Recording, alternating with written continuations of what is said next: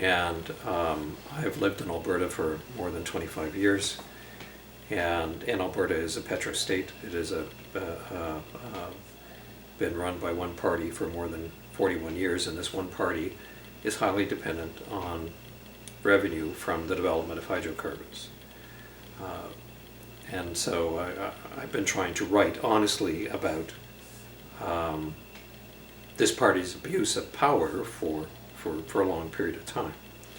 And the pipeline debate is very much part and parcel of some very crooked political decisions being made in Alberta. And what really caught my interest was the fact that when you live in a one-party state, you think there's only one way to think about something.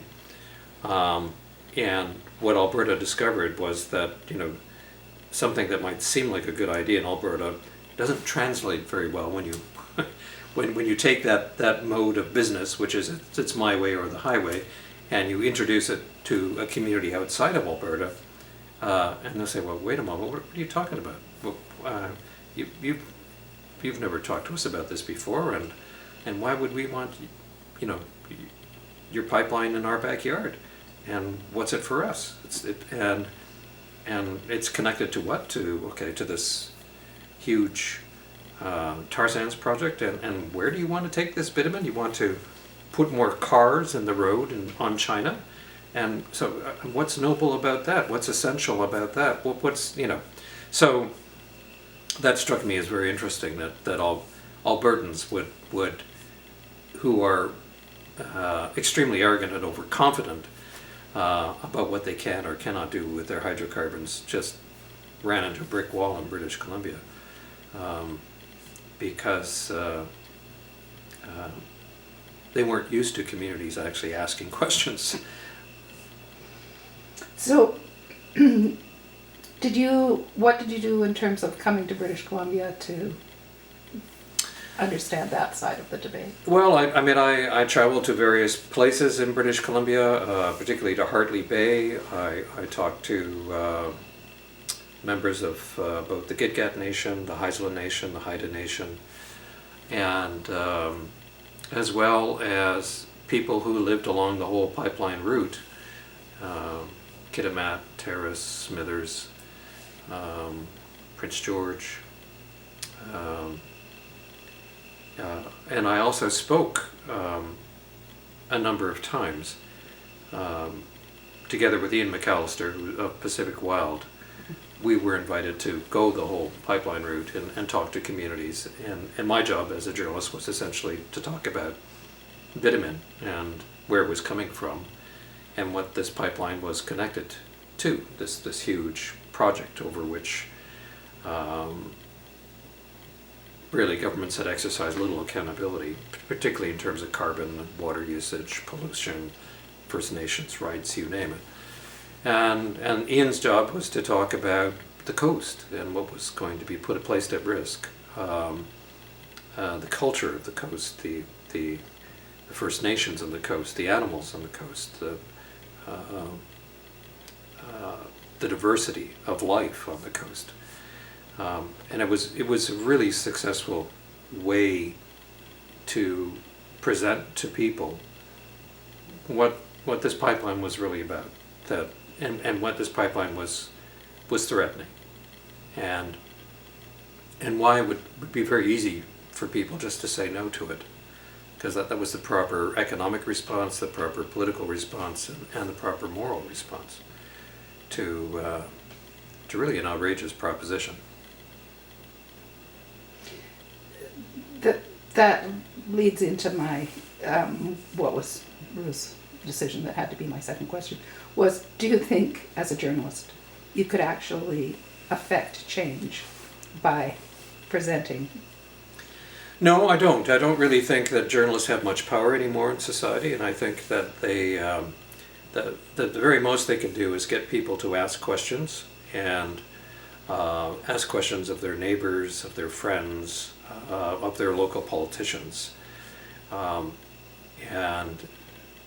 if we can do that, and if there are enough people then asking those questions, then citizens can affect some sort of change. but I don't think journalists affect much change at all. You must have met with a lot of the activist groups in that area, Skeena Wild, the Sacred Headwaters people.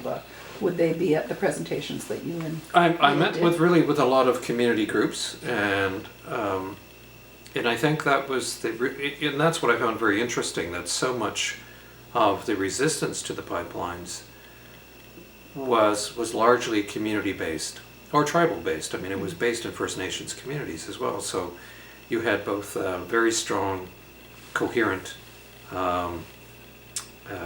communities on both sides, both First Nations and British Columbians, and all finding common ground as well, and learning a lot about each other in the process. So That was probably the biggest piece of hope that I took from talking to Gerald Amos, was that he said the two towns, the Kitimat and Kitimat, yeah. had never been closer than they are over this issue. Well, I mean, the two greatest solitudes in Canada are not French and English, but have always been you know, the rest of us and Aboriginal people, and the pipeline actually broke that solitude when so many people realized that they were all going to lose the same things. They were going to lose incredible water resources, that fisheries would be at stake, that property rights would be at stake, that, you know, that even democratic liberties would be at stake, in the sense that the government was prepared to say, no, you can't oppose pipelines, we'll make it a criminal offense. So it really provided a real opportunity for First Nations and other communities to come together and say, you know what, we both live in the Great Bear Forest, and it's in our common interest to come together on this. And it was truly the First Nations that showed the way, and in this case, I mean, they have the most to lose as well, but they also have the most to gain in the long run by defending their traditional territories and way of life. If you don't protect your culture from annihilation, then you know you will be annihilated. It will be industrialized, and it will be lost. And there's a whole new generations of First Nations leaders who get that, who understand that everything now is at stake,